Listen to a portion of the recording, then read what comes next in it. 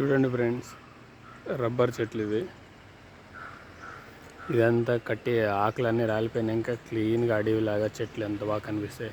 Only చెట్లు మాత్రమే ఉంటుంది, ఆకులు అన్నీ రాలిపోతూ ఉంది.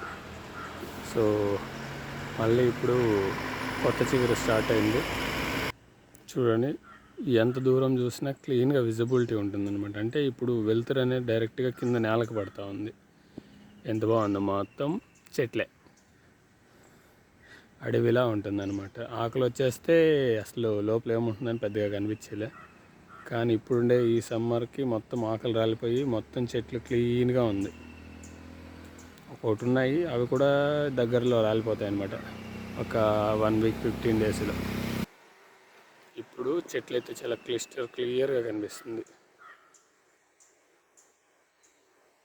చూసారా?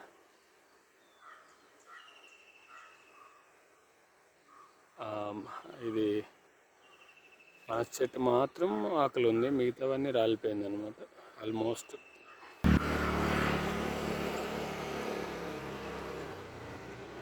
ఇదిగోండి ఫ్రెండ్స్, దీంట్లో కనిపించేదే రబ్బర్ పాలు అనమాట. స్క్రాచ్ చేసి కనిపిస్తాను చూడండి, అదే రబ్బర్ పాలు. వైట్గా ఉండేది రబ్బర్ పాలు. గ్యాదర్ అయిపోయింది, జస్ట్ అది కొద్దిగా మిస్ అయిందనమాట. అది ఆల్రెడీ ఫిక్స్డ్ అయిపోయి ఉంటుంది.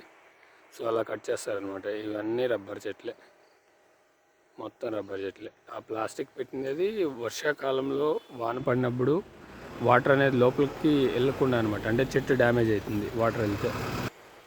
దానికోసమని కట్టింగ్ దగ్గరలో, కట్టింగ్కి పైన ఉంటుంది అది, ఆడ ప్లాస్టిక్ పెడతారు, ఎందుకంటే చెట్టు డ్యామేజ్ కాకుండా. సో ఎలా ఉంది? Thank you.